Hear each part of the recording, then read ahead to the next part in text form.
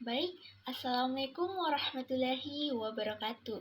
Kali ini saya akan membahas materi tentang analisis pembiayaan bank syariah, yang dimana perkenalkan nama saya Vinayanti dengan program studi perbankan syariah, kelas C, dengan NIM 202205010240.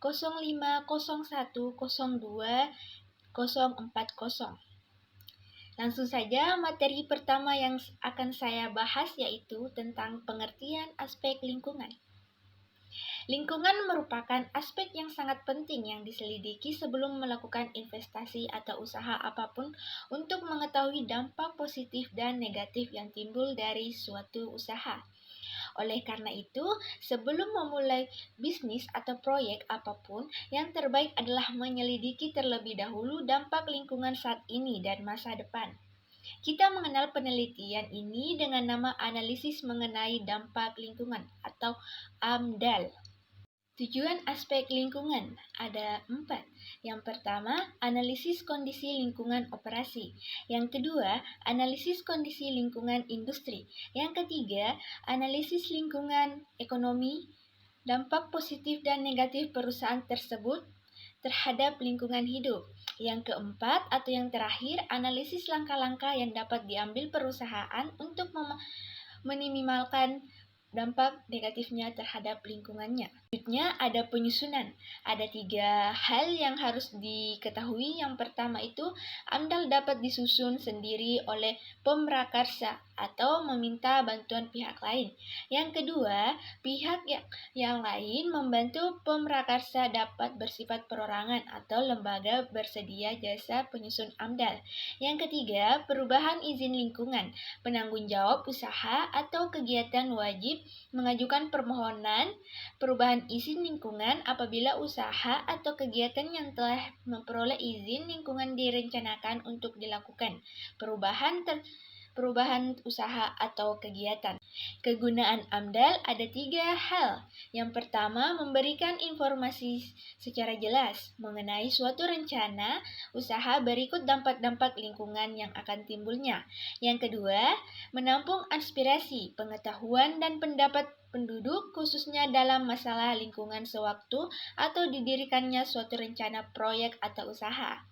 Yang ketiga, menampung informasi setempat yang berguna bagi pemrakarsa dan masyarakat dalam mengantisipasi dampak dan pengelolaan lingkungan.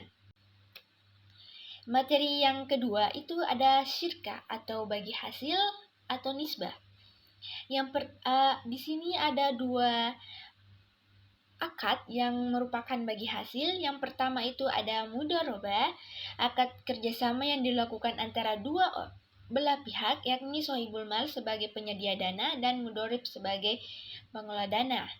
Di dalam akad ini akan memungkinkan untuk mendapatkan keuntungan usaha dan juga memungkinkan kerugian usaha. Yang kedua ada akad musyarakah, yakni kerjasama syirkah, dan mudharabah ini merupakan pelaksanaan ta'awun atau gotong royong dengan prinsip bagi hasil yang menjadi ciri khas kaum muslim.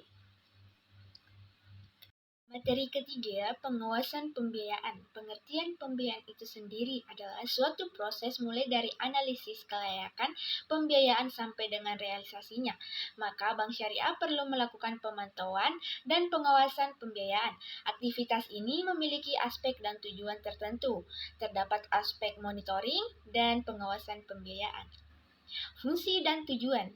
Kegiatan pengawasan pembiayaan adalah bersifat melekat dalam setiap organisasi atau prosedur kerja yang ada. Sedangkan fungsi pengawasan yang dilakukan oleh unit pengawasan eksternal atau internal auditor lain adalah sebagai sarana untuk melakukan ranking atau dinamisator apakah eksternal. Contohnya, di bidang pembiayaan telah berjalan sebagaimana mestinya. Teknik pembiayaan ada 2. Yang pertama, monitoring pembiayaan yang berisi tentang internal information dan external information. Yang kedua, inspection the spot atau pengawasan fisik. Yang ketiga, proses dan dokumentasi. Ada 3 hal yang harus diketahui. Yang pertama, inisiasi calon nasabah. Yang kedua, investasi permohonan pembiayaan. Dan yang ketiga, dokumentasi pembiayaan.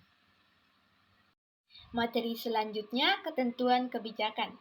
Sebagai lembaga perantara keuangan, Bank Syariah harus memperhatikan atau membuat kebijakan yang akan diikuti oleh operasionalnya. Sehubungan dengan pelaksanaan pembiayaan Bank Syariah, maka ada beberapa hal yang perlu diperhatikan. Penyusunan pembiayaan, perjanjian pembiayaan di Bank Syariah pada dasarnya melibatkan 4 hal, yaitu yang pertama sebagai pemberi pembiayaan, yang kedua nasabah sebagai pihak penerima pembiayaan, yang ketiga objek yang dituju untuk dibiayai, yang keempat jaminan yang diberikan nasabah kepada bank. Berdasarkan 4 hal tersebut, maka Bank Syariah selanjutnya membuat rencana pembiayaannya. Pembuatan rencana pembiayaan sangat dipengaruhi oleh pendekatan yang akan ditempuh oleh Bank Syariah yang bersangkutan. Materi selanjutnya, analisis pembiayaan. Analisis pembiayaan merupakan kegiatan menelah aspek-aspek penting dan diketahui dari nasabah yang akan dibiayai oleh bank. Selain itu, analisis pembiayaan merupakan suatu proses analisis yang dilakukan oleh Bank Syariah untuk menilai suatu permohonan pembiayaan yang telah diajukan oleh calon nasabah dengan melakukan analisis permohonan pembiayaan. Bank Syariah yang memperoleh keyakinan bahwa proyek yang akan dibiayai bank harus layak. Selanjutnya, jenis pembiayaan. Yang pertama, pembiayaan dilihat dari tujuannya, terdiri dari pembiayaan investasi, modal, dan konsumsi.